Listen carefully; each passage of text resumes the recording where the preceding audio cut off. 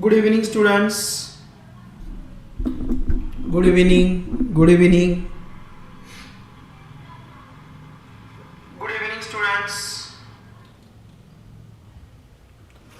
Okay.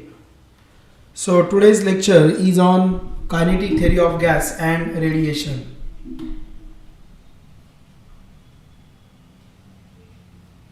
Okay.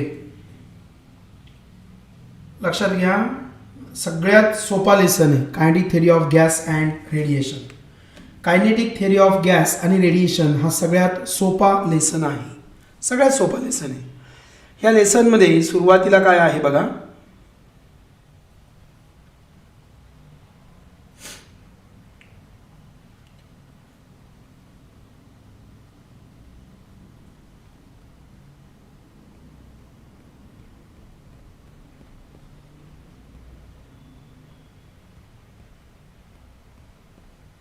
The easiest lesson all of the lessons, आणि विशेष म्हणजे 7 मार्क आहे, सगळ्यात सोपा लेसन आहे.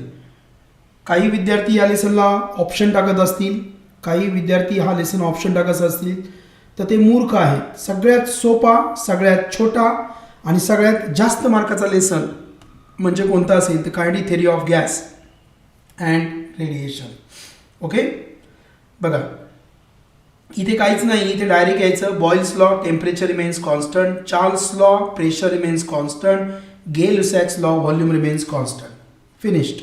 Boils law, temperature remains constant. Boyle's law, temperature remains constant. Charles law, pressure remains constant. Gay Lussac's law, volume remains constant. मग त्याच्यावरनं आपल्याला लिहिता येतं म्हणजे कसं, तर पी व्ही इक्वल टू काय सांगा, पी व्ही इक्वल टू काय आहे, R T. P V equal to R T आहे. मग टी रिमेन्स कॉन्स्टंट म्हणजे P V equal to constant म्हणजे P is inversely proportional to volume. ह्या पद्धतीने जायचं आहे. ओके, आता त्याच्यानंतर पुढचं एक्सप्रेशन आहे P one V one upon T one equal to P two V two upon T two. P two V two upon T two. Choke coil नाही शिकवली. ओके, सगळं मला व्हॉट्सअप करून ठेवा काय काय नाही शिकवलं, उद्या त्याचा फडशा पाडू आपण.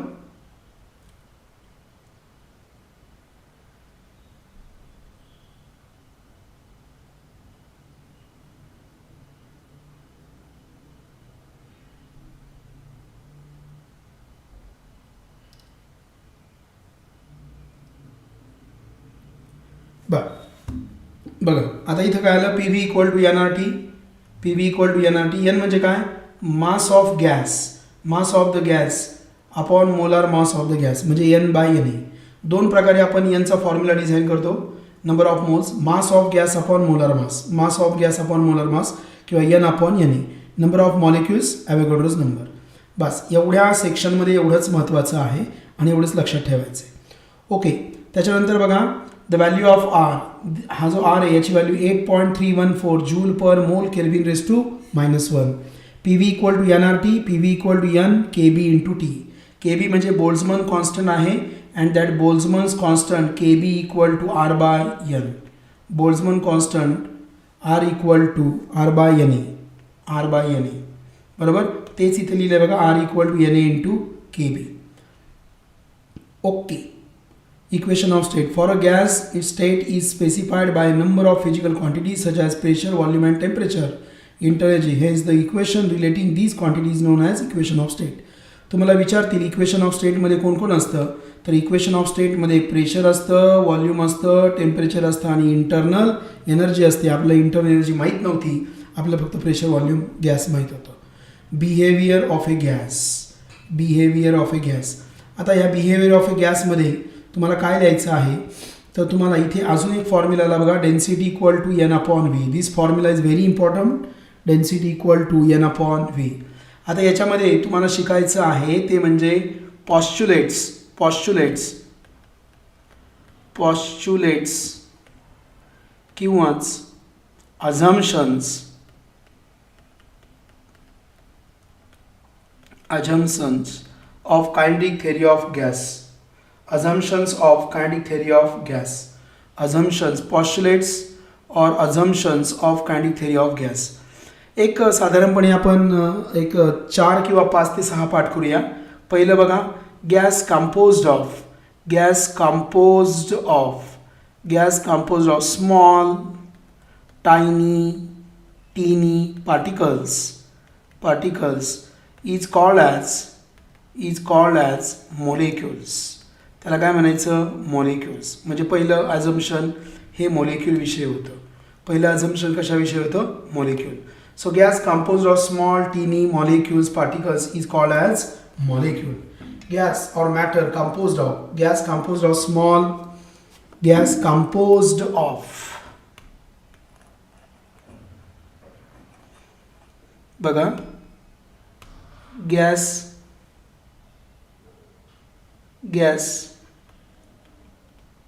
composed of small tiny particles are called as molecules. बघा पुढे, in between two molecules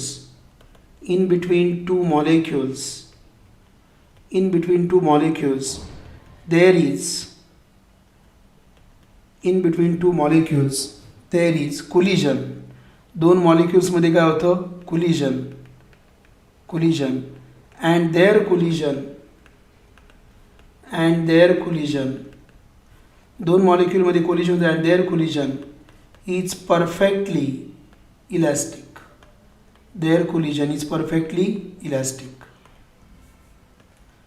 तिसरं assumptions.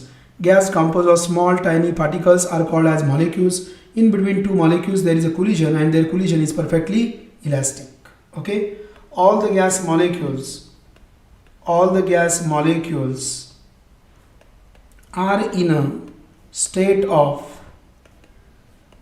a state of random motion. All gas molecules are in a state of random motion. सगळे गॅस मॉलिक्युल्स हे random मोशनमध्ये असतात. बरोबर. पुढचं, the volume occupied by the gas molecules is negligible as compared to total volume of gas. Volume occupied by gas molecule, volume कोणाचं हो? Gas मॉलिक्यूलचं. हे negligible आहे कोणाशी? टोटल व्हॉल्यूमशी. एवढे चार अझम्पशन बाद झाले. बघा, चार अझम्पशन बाद झाले. Postulates, assumptions of quantity of gas. Gas composed of small teeny particles are called as molecules. In between two molecules there is a collision and their collision is perfectly elastic. All the gas molecules are in a state of random motion. The volume occupied by the gas molecule is negligible as compared to the total volume of the gas. किंवा असं म्हणू शकता, they are spherical, elastic spheres. They are rigid, ते rigid पण असतात. Okay, सगळ्यांना पहिला मुद्दा कळला. पहिला 2 मार्काचा प्रश्न झालाय. पहिला 2 मार्काचा प्रश्न झाला आहे. मोमेंटम. पहिला 2 मार्काचा प्रश्न झालाय. कळलं का? फास्ट, जरा फास्ट घे, उरकायचे. फास्ट उरकायचं. फास्ट. ओके, बघा, डेन्सिटी इक्वल टू, डेन्सिटीचा formula n/v. Mean free path म्हणजे काय? मीन फ्री पाथ म्हणजे काय?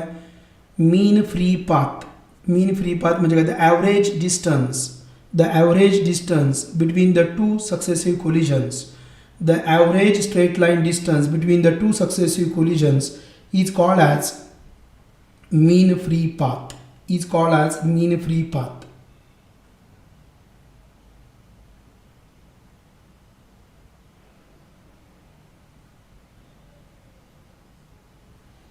बघा इथे, thus in between two successive collisions the molecules move along a straight path with constant velocity. ह्याला म्हणायचं free path.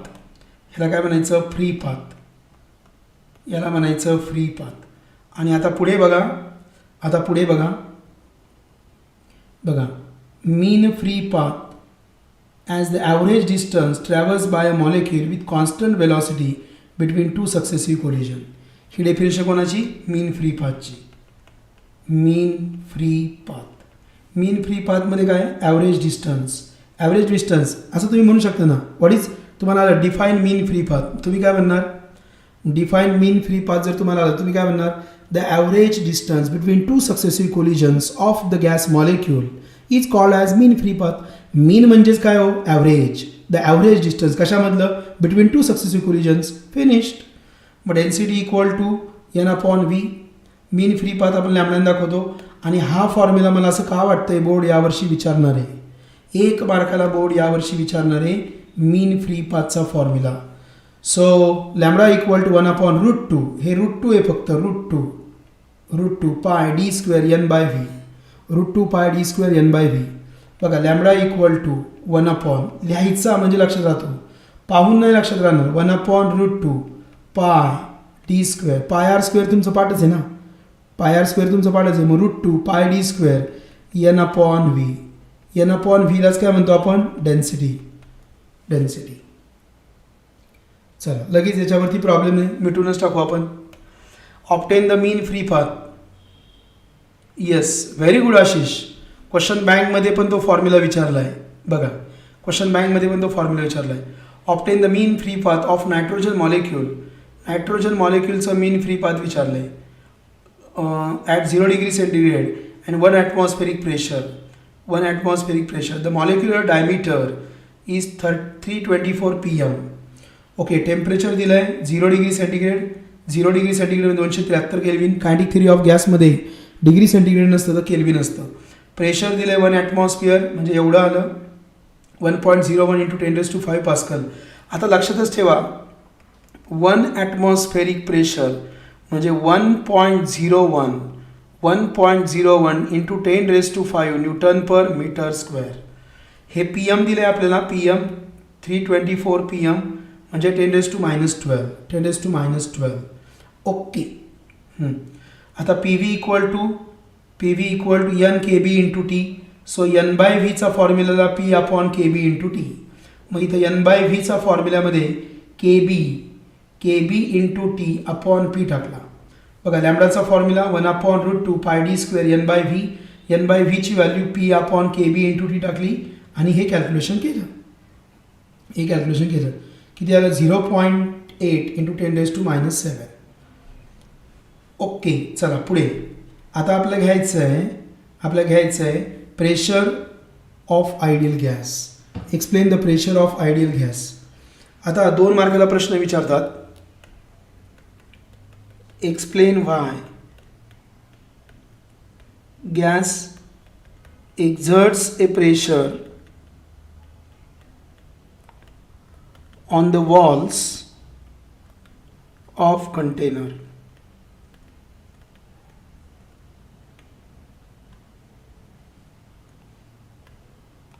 Explain why gas exerts a pressure on the walls of container. Explain why gas exerts a pressure on the walls of container. Okay, याचा answer कसं लिहायचं बघा. Answer all the gas molecules are in a state of random motion. तुम्ही माझ्यासोबत लिहिलं तर तुमचं लिहून होईल. उरकवणार आहे मी चॅप्टर, काळजी करू नका. 7 मार्क्सचा लेसन आहे. All the gas molecules are in a state of random motion. Second, they collide with each other. They collide with each other as well as on the walls of container.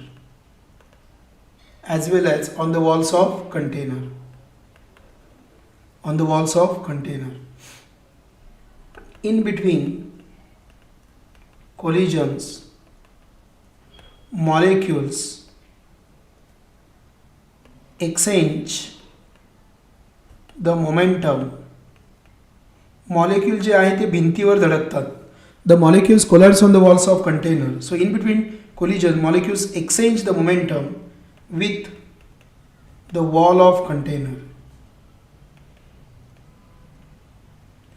बघा, म्हणजे पहिला शब्द होता random motion. Keyword महत्वाचे आहेत, keyword collision, exchange momentum कोणाशी, वॉलशी. the rate of change of momentum is called force. By Newton's second law of motion, the rate of change of momentum is called force, and the force per unit area is called pressure. बघा इथे force per unit area is called pressure. Thus gas exerts a pressure on the walls of container.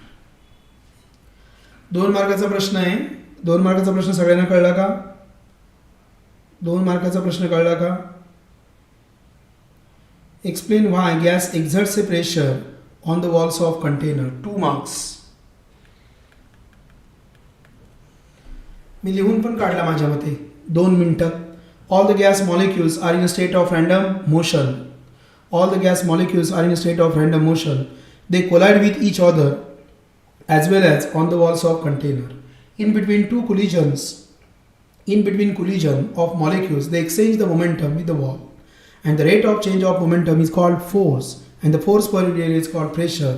Thus gas exerts a pressure on the walls of container. कळलं? Screenshot घ्या. लिहायचं नसेल तर screenshot घ्या आणि त्याची PDF बनवा. इथे एक झालं आहे का नाही? इथे एक झालं postulates of kinetic theory of gas. याचा एक स्क्रीनशॉट, याचा एक स्क्रीनशॉट, PDF तयार होते. आता आपल्याला सगळ्यात महत्त्वाचं घ्यायचं आहे. हे डेरिव्हेशन लास्ट टाइम विचारलेलं आहे. Very good Ishwari. हे लास्ट टाइम विचारलेलं आहे. Pressure of an ideal gas. Pressure of an ideal गॅसचं डेरिव्हेशन लास्ट टाइम विचारलेलं आहे. त्यामुळे ह्या वर्षी त्याची यायची शक्यता तशी फार कमी आहे. चला तरी आपण हे डेरिव्हेशन समजून घेऊया.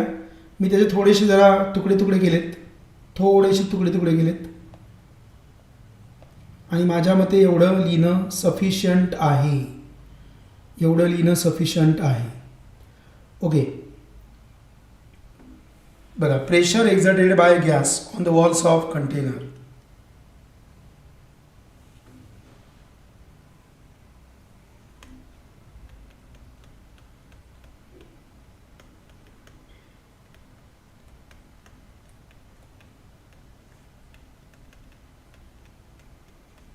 जरी मी 20-22ला विचारलं तरी हे प्रिपेअर करायचं एवढं अवघड नाही आहे. फार अवघड नाही. त्याचा भाव करतात उगाच लोक. पण हे बोर्डाचं लाडकं डेरिव्हेशन आहे. बघा, आपण सुरुवातीला काय म्हणायचं?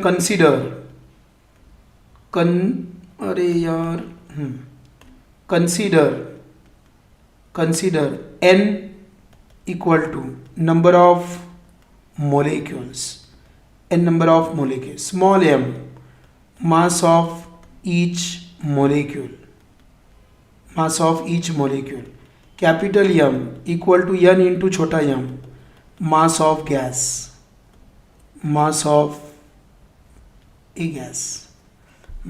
gas.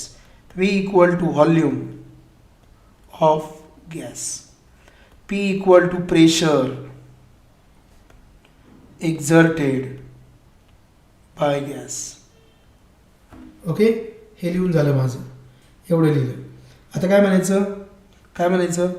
all the gas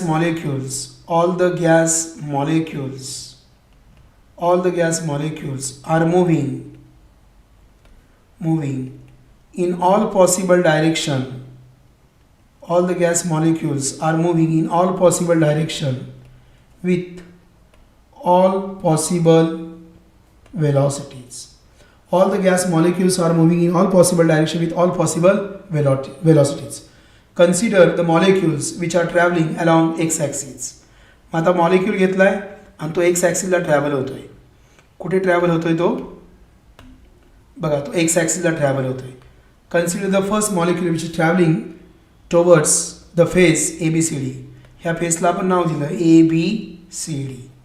लई नाही लिहायचं. बघा इथं म्हटलंय a cubical box of side L. हा L याची लिहायचं राहिलं ना, L be the length of each side of cube. एवढं सफिशियंट ठेव. इथं V इक्वल टू व्हॉल्यूम. मग व्हॉल्यूम काय येणार? L cube. बस. आता पुढे आलो मी.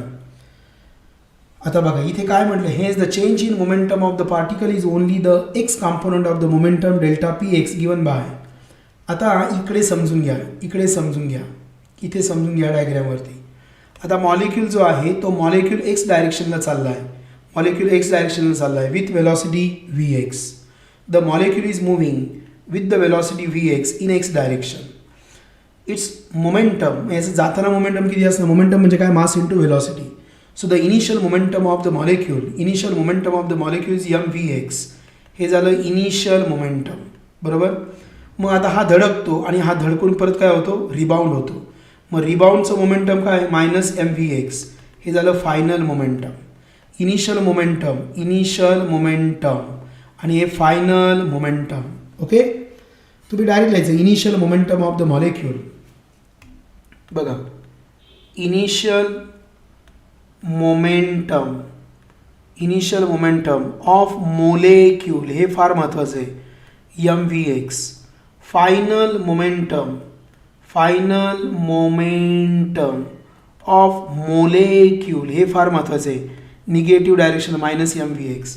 मग change in momentum of particle.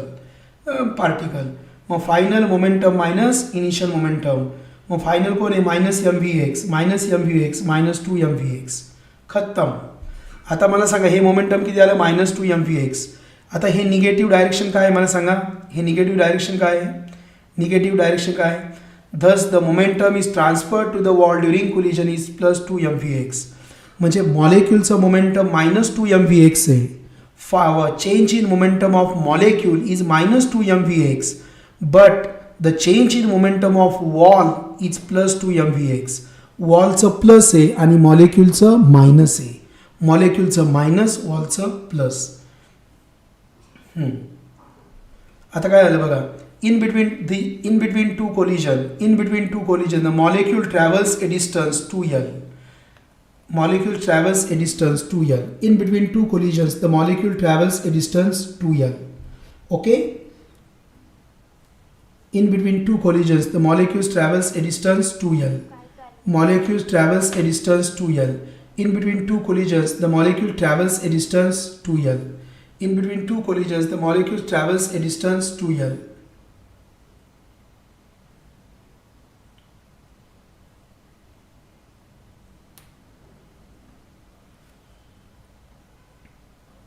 हे वाक्य लिहिलं. आता बघा मग काय काढायचं तुम्ही? इथे यायचं. मी जेवढं हायलाईट केलं तेवढंच नंतर लिहून काढा. तुम्ही तेवढंच लिहून काढा. डेरिव्हेशन लिहून काढा. नंतर बोर्डाचा लाडकं डेरिव्हेशन आहे, बरोबर. मग फ्रिक्वेन्सी काय असते हो?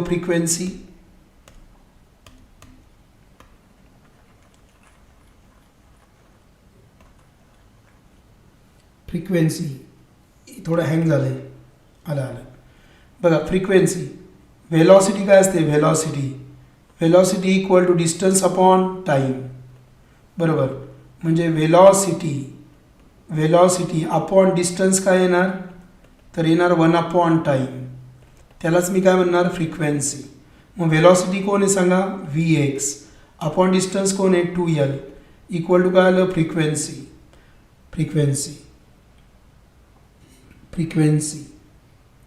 मग फ्रिक्वेन्सी आली Vx upon 2L. Frequency equal to Vx upon 2L. यालाच काय म्हणायचं? Number of collisions. तुम्ही हे द्या परीक्षेला, number of collisions Vx upon 2L. इथं आपण काय म्हटलं? आपण असं म्हटलं the distance travel between two successive collisions is 2L. 2L तुम्ही असं डायरेक्ट लिहा ना, तुम्ही असं लिहा ना परीक्षेला, 2L equal to distance travel between two successive collisions. Distance travel between two successive collisions. मग असं म्हणा, number of collisions equal to VX upon 2L. Number of collisions equal to VX upon 2L. मग आता इथे आलं average force equal to average rate of change of momentum. Average force equal to average rate of change of momentum. किंवा इथे मग आपण असं म्हणणार total rate of change of momentum equal to पहिलं मोमेंटम किती, twice mvx1 into number of collision vx1 upon 2L. vx1 upon 2L. 2 ला 2 cancel झाला, म्हणजे काय आलं मला सांगा, म्हणजे आलं mvx1 square upon L. Okay, इथपर्यंत आलं. Total rate of change of momentum equal to एवढं आलं. हे झालं फर्स्ट मॉलिक्यूलसाठी. Considering the other molecules 2, 3, 4 with the respective components, the average काय आलं बघा, सगळ्यांची समेशन, ॲव्हरेज फोर्स काय आला मला सांगा. इथे average the rate of change of momentum, total rate of change of momentum म्हणजेच काय आलं, force by Newton second law of motion. मग तो काय आला होता, mvx1 स्क्वेअर अपॉन L. बरोबर. मग सगळा टोटल काय आला ॲव्हरेज फोर्स, तर सगळ्यांची बेरीज. मग प्रेशर काय असतं, ॲव्हरेज फोर्स अपॉन एरिया. बघा इथे हे पहिल्या मॉलिक्यूलसाठी, परत हे दुसऱ्या मॉलिक्यूलसाठी, हे तिसऱ्या मॉलिक्यूलसाठी. मग प्रेशर काय असतं, pressure average force upon area. What is area is L square. मग mvx1 स्क्वेअर ही जी व्हॅल्यू आहे बघा, ही व्हॅल्यू सगळी इथं पुटअप केली आणि अपॉन एरिया जो आहे एरिया, तो एरिया L स्क्वेअर घेतला. ओके, आता मध्येच एक टर्म घ्यायची बघा आपल्याला. हे डेरिव्हेशन काय आहे, आपलं मेंदू सक करतं हे डेरिव्हेशन.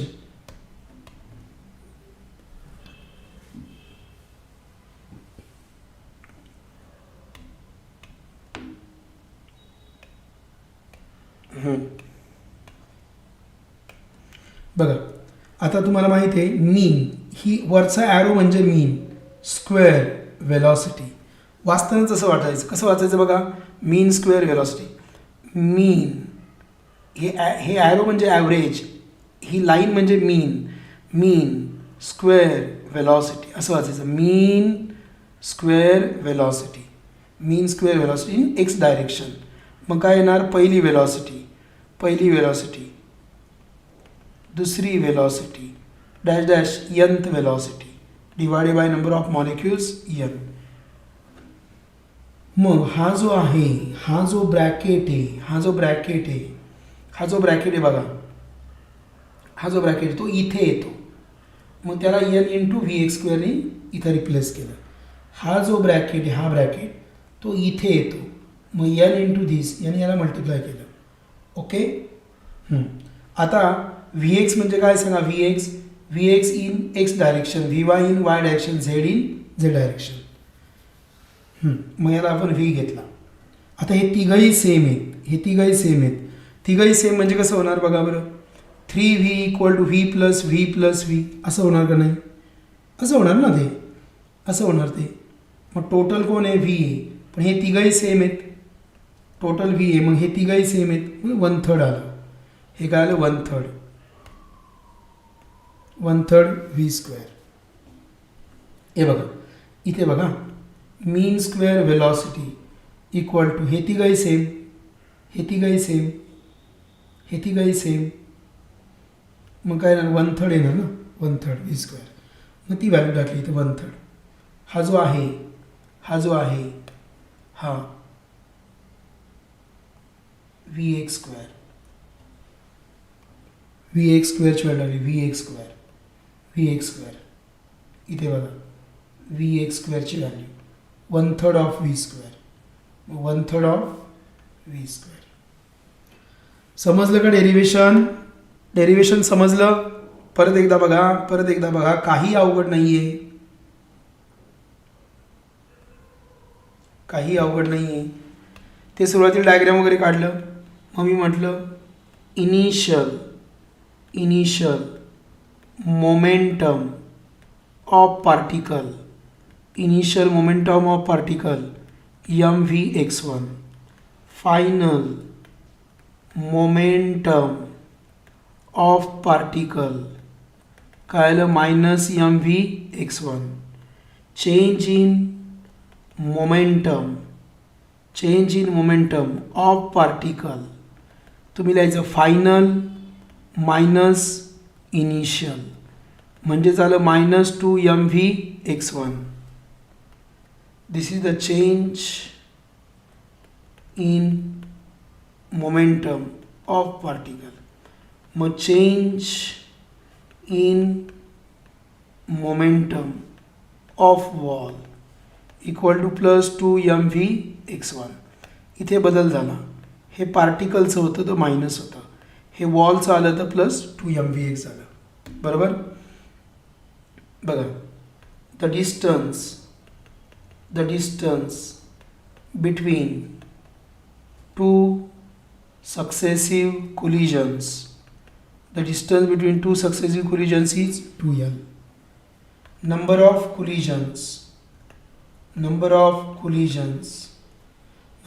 collisions equal to काय येणार velocity upon distance 2l. total rate of change of momentum equal to change in momentum in one collision into number of collisions. So total rate of change in momentum in one collision काय 2mvx1 into number of collision Vx1 upon 2l. 2 ला 2 cancel. Total rate of change of momentum. So m Vx1 square upon l. Okay. By Newton's second law of motion, total rate of change of momentum is directly proportional to average force. So average force equal to mvx1 square upon l. Pressure equal to average force upon area. पण हे एका मॉलिक्यूलसाठी झालं म्हणून सगळे add केले.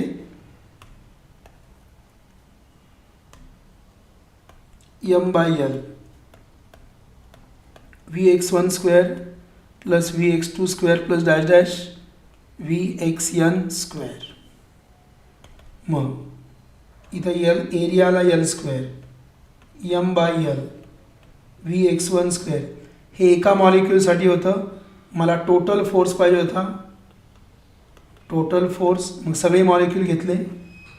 Vx1 square Vx2 square plus dash dash Vxn square.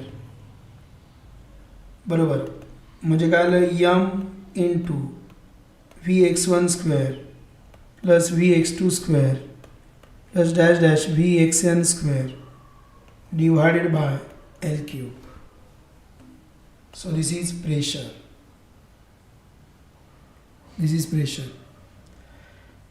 By definition of mean square velocity. By definition of mean square velocity. Mean square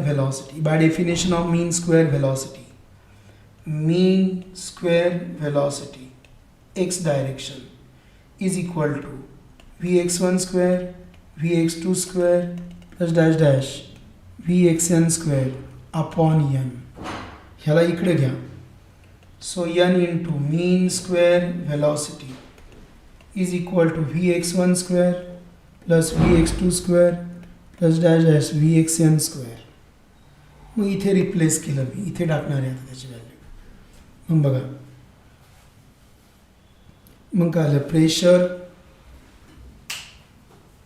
pressure equal to m into n into mean square velocity upon L cube.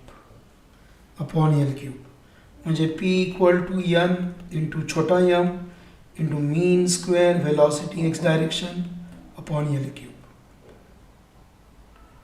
For all three possible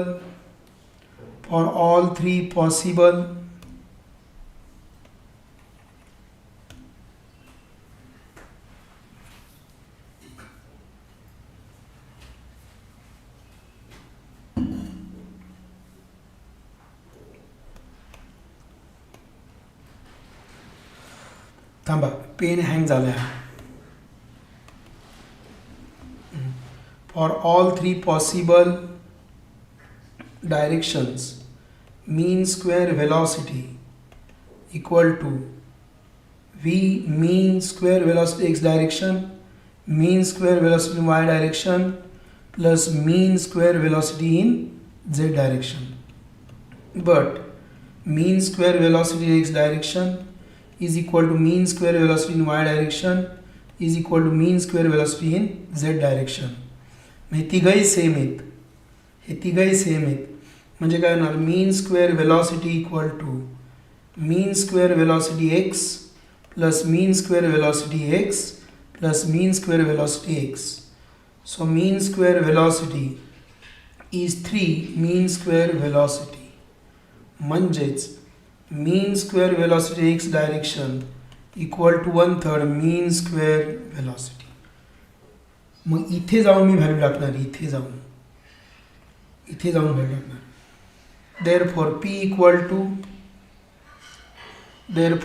equal to n into m into 1/3 mean square velocity divided by L cube. मग P equal to 1/3 n into m into mean square velocity upon L cube. So P equal to 1/3 याला म्हणायचं capital M into mean square velocity upon L cube. L cube ला म्हणायचं volume. So P equal to 1/3 mean mass of gas mean square velocity upon volume.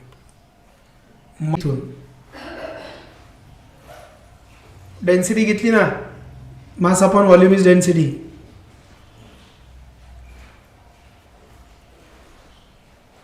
बघा, पहिला screenshot घ्या, डायग्रामचा screenshot नका घेऊ, पहिला स्क्रीनशॉट घ्या. हा पहिला स्क्रीनशॉट घ्या. नंतर बघा दुसरा स्क्रीनशॉट घ्या, दुसरा स्क्रीनशॉट, त्याच्यानंतर तिसरा स्क्रीनशॉट घ्या, तिसरा स्क्रीनशॉट, त्याच्यानंतर आता चौथा स्क्रीनशॉट घ्या, चौथा, त्याच्यानंतर आता पाचवा स्क्रीनशॉट घ्या. डेरिवेशन संपलं.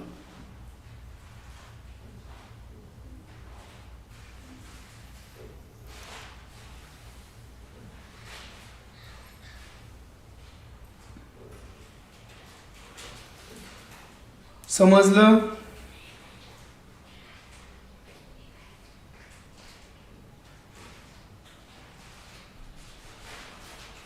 बघा, हे डेरिवेशन झालं आपलं. आता हे डेरिवेशन घ्यायचं. Show that root mean square velocity. बघा क्वेश्चन कसा आहे, by using pressure exerted by gas, by using pressure exerted by gas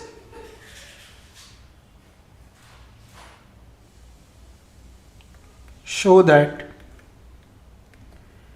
mean square velocity is directly proportional to square root of absolute temperature. हा question आहे. मग बघा solution काय याचं. पहिल्याच वाक्यात लिहायचं प्रेशर. आपली रायटिंगची परीक्षा आहे बरं का. आपली परीक्षा रायटिंगची. Pressure exerted by a gas on the walls of container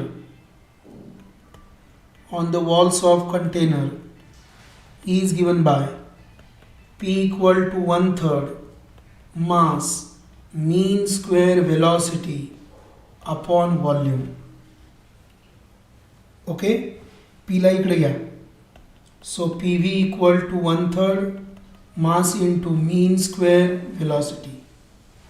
झालं. Therefore by ideal gas equation PV equal to RT for 1 mole of a gas. मग PV ची व्हॅल्यू काय आली RT. So RT equal to 1/3 m into mean square velocity. 3 ला इकडे घ्या. 3 RT by m equal to mean square velocity. बरोबर. So चौथं root जर घेतलं तर काय होणार. Mean square velocity. नाही, रूट घ्यायचं दोन्ही बाजूला. Taking square root on both sides. So root mean square velocity म्हणजेच root mean square velocity equal to काय under root 3 RT by m. ह्याला काय वाचलं मी. ह्याला वाचलं रूट. पुढे काय वाचलं मी. मीन. रूट मीन. पुढे काय वाचलं मी. स्क्वेअर. Root mean square. बरोबर. आणि नंतर काय वाचन केलं मी. Velocity. So root mean square velocity equal to under root 3 RT by m. So therefore root mean square velocity is directly proportional to square root of its absolute temperature. Question कळलं सगळ्यांना.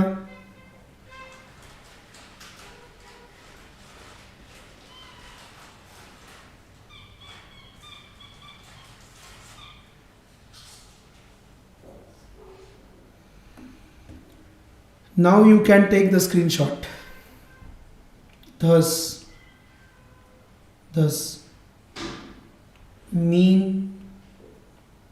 root mean square velocity. इथे route राहिला शब्द. Thus root mean square velocity is directly proportional to square root of absolute temperature. कळला का. 2 मार्काचा प्रश्न. Very important question.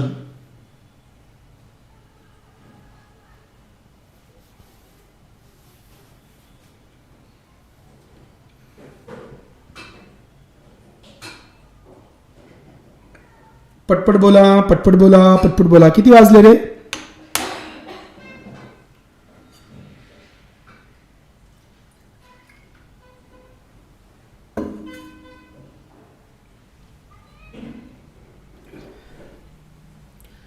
फिजिक्समधला सगळ्यात सोपा लेसन म्हणजे kinetic theory of gas and radiation. त्याच्यानंतर 2 नंबरला ऑसोलेशन, 3 नंबरला सुपरपोजिशन ऑफ वेव्स, 4 नंबरला mechanical properties of fluids. Okay, बघा आता इथपर्यंत आपलं आलं, इथपर्यंत आपलं आलं बरोबर. बघा VRMS √3RT/MO. इथं गॅमा RT/MO आणलं तरी चालतो, गॅमा म्हणजे CP/CV, इट इज 5/3. आता interpretation of temperature and kinetic theory. आता कायनेटिक थेअरीचा फॉर्म्युला तयार करायचा आहे, कायनेटिक थेअरीचा फॉर्म्युला तयार करायचा आहे. आणि यासाठी एक फेमस MCQ आहे, ते फेमस MCQ पण आपल्याला घ्यायचं आहे. ओके, बघा next question.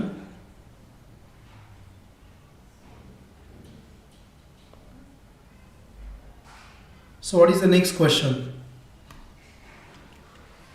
Derive an expression for kinetic energy of gas from pressure exerted by a gas equation.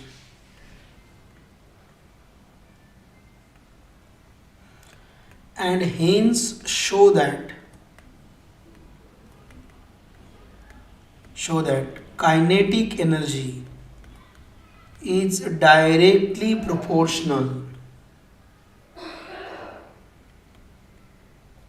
to absolute temperature. हा क्वेश्चन आहे. हे बघा मला रिव्हिजन अशीच घेता येते, मी असंच लिहिणार, मला ते लिहिल्याशिवाय जमणार नाही. आणि तुम्ही पण माझ्यासोबत लिहायचं काय, आपली परीक्षाच लिखाणाची.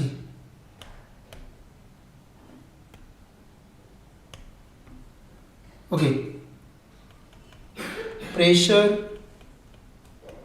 exerted by gas on the walls of container is given by P equal to 1/3. P equal to 1/3. Pressure exerted by a gas, P equal to 1/3.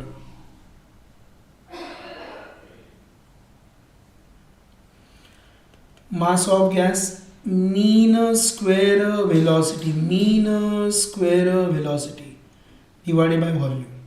ह्याला इकडे घ्या, ह्याला इकडे घ्या. So 3 PV equal to m into mean square velocity. Kinetic energy काय असते 1/2 divide by 2 on both sides. So 3/2 PV equal to 1/2 mass into mean square velocity. आता हे काय आलं 1/2 mass, इथे आलं 1/2 mass into square of velocity. त्यालाच म्हणायचं kinetic energy. So 3/2 PV equal to kinetic energy of gas. Why gas? Because m is the mass of gas. म्हणून since here m is the mass of gas, therefore this is the kinetic energy of gas.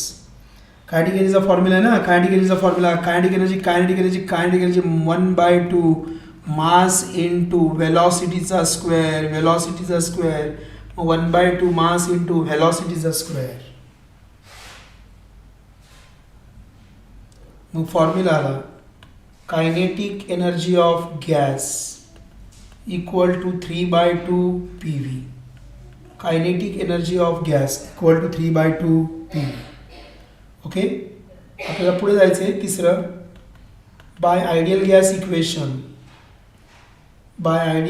Equation काय, PV equal to NRT. बरोबर.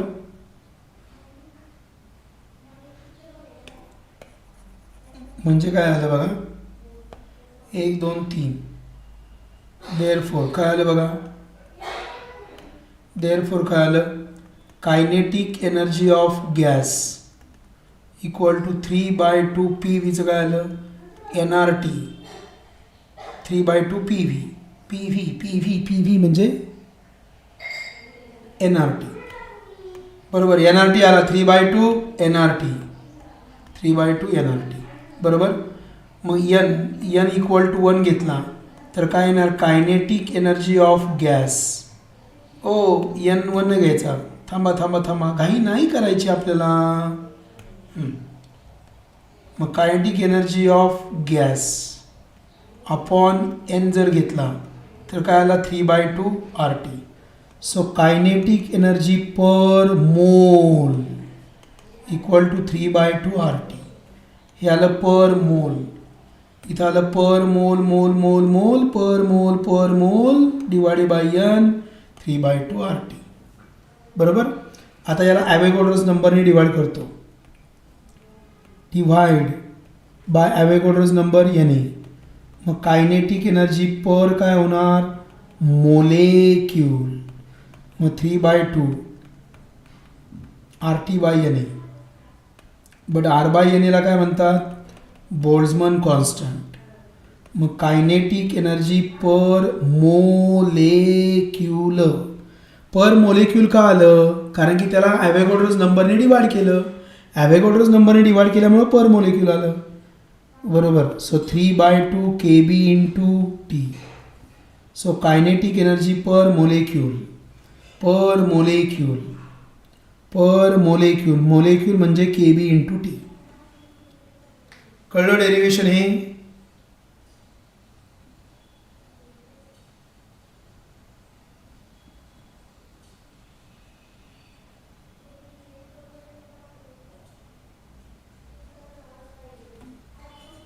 कळलं. Derive an expression for kinetic energy of gas from pressure exerted by gas equation and hence show that kinetic energy is directly proportional to temperature. बघा इथे आले ना, इथे आले बघा, kinetic energy is directly proportional to temperature. समजलं का, हे पण समजलं. किती मार्क्सला, किती मार्क्स, याचा प्रॉब्लेम येणार आहे बाळा, याच्यावर प्रॉब्लेम येणार आहे. 2 किंवा 3 मार्क्सला. इथंच स्टॉप करायचं आपल्याला, इथे स्टॉप करायचं. Kinetic energy is directly proportional to temperature, इथेच आपल्याला स्टॉप करायचं आहे. कळलं, इथेच आपल्याला स्टॉप करायचं आहे. म्हणजे लक्षात ठेवायला किती सोपं आहे बघा, लक्षात ठेवायला खूप इझी आहे.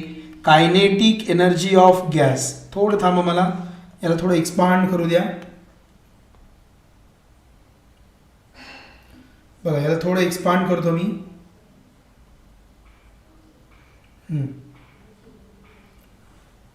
बघा इथे मी काय लिहितोय, लक्ष द्या काय लिहितोय बघा. Kinetic energy of gas, kinetic energy of gas, gas आला का 3/2 PV. Kinetic energy of gas per mole आला ना तर 3/2 RT 3/2 RT. आणि kinetic energy of gas per molecule, इथं मोल आणि पर मोलेक्यूल आहे, ते असतं 3/2 KB इंटू T.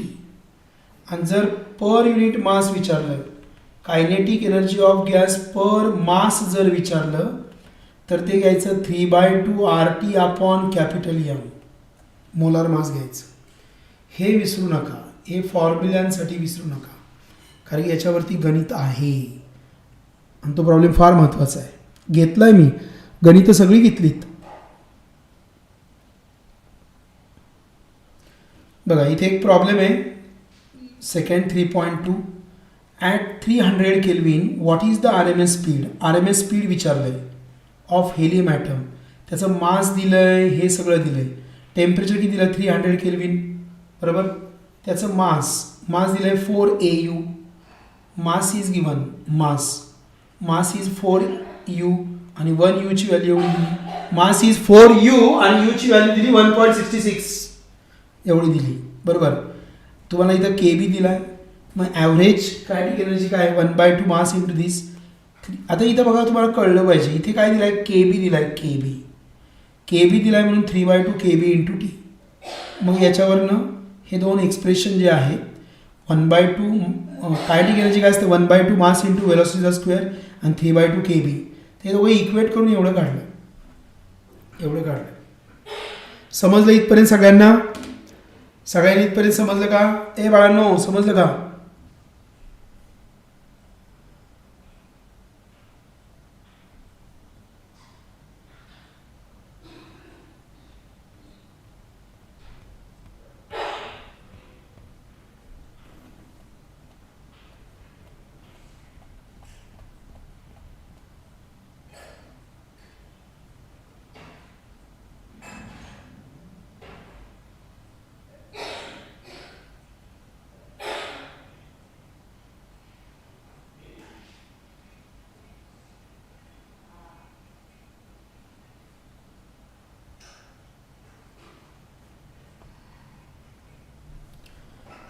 बघा हे derivation, the mean free path lambda काय असतो 1/√2.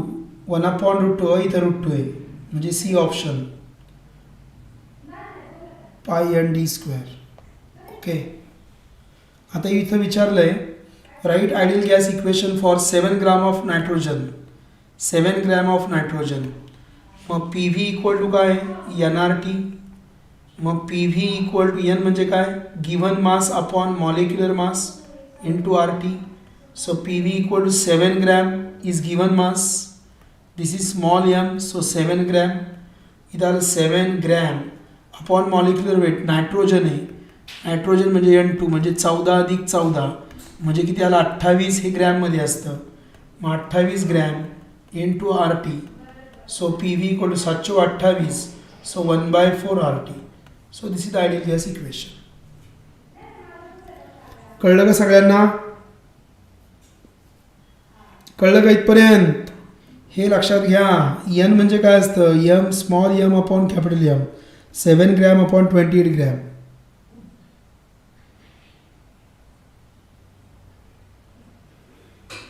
बघा पुढचा question. Calculate the ratio of mean square speeds of gas. ह्या 300 केल्विनला दिलाय. 30 केल्विन आणि 120 kelvin. Ratio of mean square speeds. आता तुम्हाला माहिती आहे इथं काय लिहिणार मी गिवन दॅट पहिलं टेम्परेचर 30 केल्विन, दुसरं टेम्परेचर 120 केल्विन. मग तुम्हाला माहिती आहे काय दिस मीन square speed, route mean square speed RMS speed ना, this is VRMS is directly proportional to √T. हे फसवं आहे बरं का. विचारले मीन स्क्वेअर आणि फॉर्म्युला आपला VRMSचा आहे. मग स्क्वेअरिंग ऑन बोथ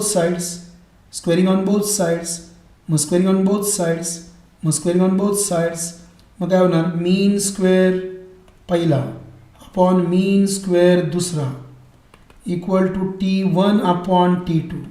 मग T1 किती 30 केल्विन आणि हा 120 केल्विन. मग शून्याला शून्य गेले 1/4.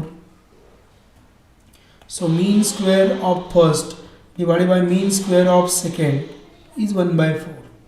लक्षात घ्या root mean square is √T. Root is directly proportional √T. Root mean square आहे.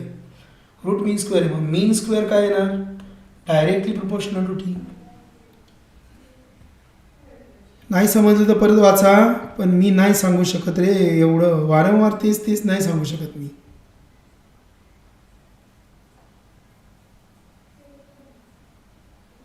नाही ना प्रॉब्लेम.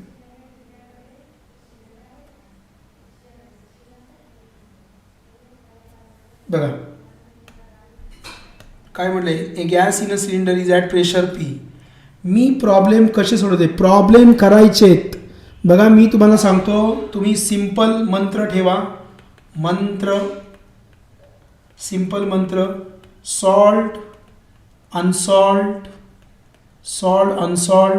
ऑल लेसनचे solved unsolved numericals, all definitions, all chapters, सगळ्या चॅप्टरच्या सगळ्या डेफिनेशन्स. तिसरं ते पण तुम्हाला कळतं. ह्या सॉल्ट अनसॉल्ट एक्झाम्पलमध्ये पण तुम्हाला कळतात आहे का नाही. एक्झाम्पल्स कोणते परीक्षेला विचारू शकतात. जे मोठे लिहिले 10 ओळीचे 4 ओळीचे प्रश्न नाही आहेत परीक्षा लक्षात घ्या. 2, 3, 4 ओळीचे प्रश्न येतात. Examples: all definitions of all chapters, all formulae of all chapters, all laws of all chapters. कळलं? आणि पाचवं, all derivations of physics 1. Physics 1 चे सगळे डेरिवेशन्स, ऑल प्रॉपर्टीज, कॅरेक्टरिस्टिक्स आणि ऑल युजेस आणि ऑल डायग्रॅम्स. एवढं केलं तरी तुम्हाला 70 मार्क पडतील. कसं बघा, तुम्हाला मी सांगतो कसं बघा. 24 मार्काचा जो एक सेक्शन आहे, 24 मार्काचा, त्याच्यामध्ये 5 न्यूमेरिकल आहेत, सुटले. 3 फिजिक्स 1 चे डेरिवेशन सोडवले, 8 पैकी 8 पडले. परत 16 मार्काचे जे आहे 24 mark, section C 24 mark, section B 16 mark, 5 numericals सोडवले, 3 फिजिक्स 1 चे केले, 8 सुटले. किती मार्क पडले? 16. बरोबर. आता 1 mark section A part B part 2, section A मधला 1 मार्क. 1 मार्कचे किती असतात? 8. किती असतात? 8. त्याच्यामध्ये 2 न्यूमेरिकल, 4 डेफिनेशन. हे बघा, define capillarity and what is capillarity. Definition आहे, define beats, what are beats, what is pressure, define pressure, state Pascal's law आला, state Bernoulli's law, state Kirchhoff's law, state Stefan Boltzmann's law. कळलं? 4 definition, 1 law. किती झाले? 4 आणि 2 6 आणि 1 7 आणि 1 formula. लिहिता आले 8. हे जे 8 आहेत, 2 न्यूमेरिकल, 4 डेफिनेशन, 1 लॉ, 1 फॉर्म्युला. लिहिता आले 8. किती मार्क झाले? 8. सेक्शन डी खतरनाक. सेक्शन डी खतरनाक. किती सोडवायचे आपल्याला? 3 प्रश्न सोडवायचे. 3 प्रश्न सोडवायचे. फिजिक्स 1 आणि करंट इलेक्ट्रिसिटी.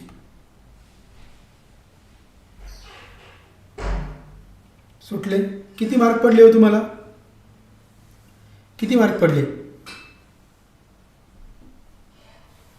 MCQ सोडून दिले मी. MCQ सोडून दिले. सगळा पेपर अटेम्प्ट करता आला. चला, मला सेक्शन डी लिहायचं आहे. फिजिक्स 1चा 1, फिजिक्स 1चा 2, 2 फिजिक्स 1चे झाले. करंट इलेक्ट्रिसिटी याच्यात येतं, किंवा structure of atom, dual nature. सुटले 3 प्रश्न. ह्याच्यामध्ये 2 न्यूमेरिकल. तुम्ही जर पुस्तकातले न्यूमेरिकल ऑर टाकले, पेपरला गेले तर कसं काय होईल? 2 न्यूमेरिकल सुटले, 4 डेफिनेशन सुटल्या, 1 लॉ सुटला, 1 फॉर्म्युला सुटला, 8 झाले.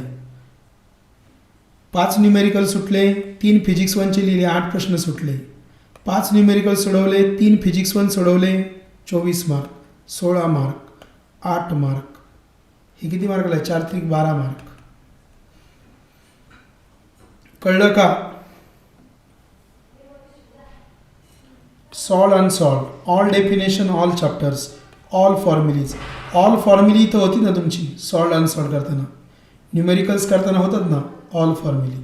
ऑल लॉज जास्त नाही आहेत. All derivations of physics 1, all properties, all uses, all diagrams करायचे. डायग्रॅम कशी? हाफ वेव्ह रेक्टिफायर डायग्रॅम काढा, फुल वेव्ह रेक्टिफायर डायग्रॅम काढा, मुव्हिंग कॉईल गॅल्व्हनोमीटर डायग्रॅम काढा. मग हे आलं पाहिजे तुम्हाला. ॲमीटर आणि voltmeter difference, streamline flow, turbulent flow difference, step up and step down transformer difference का करायचा? एक पार्ट केला का दुसरा लिहिता येतो. लेफ्ट हँड साईड सोडवली का राईट हँड साईड सोडवता येते.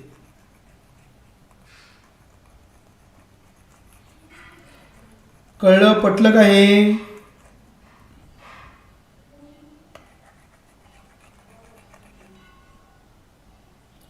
हां, पण न्यूमेरिकलला तुम्ही स्ट्रॉंग पाहिजे. न्यूमेरिकल येत नसतील तर मग अवघड आहे. मग थेरी पण करा. त्यात पण ऑल डेफिनेशन केले ना तरी तुम्ही जेवढे मार्क घेणार आहे ना त्याच्यापेक्षा जास्त मार्क पडतील हे केल्यावर. सगळं पुस्तक सोडून जेवढे मार्क पडणार आहेत ना त्याच्यापेक्षा हे सांगितलेलं करून जास्त पडतील.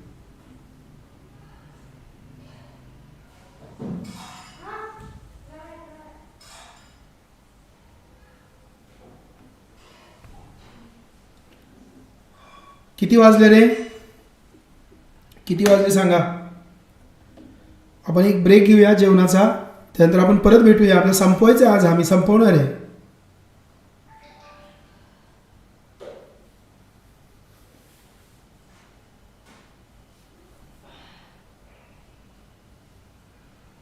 किती वाजले? 9:20. बरोबर 10 वाजता यायचं. 10 वाजता 10 वाजता सेम लिंकला जॉईन करायचं. Join the same link. 10 वाजता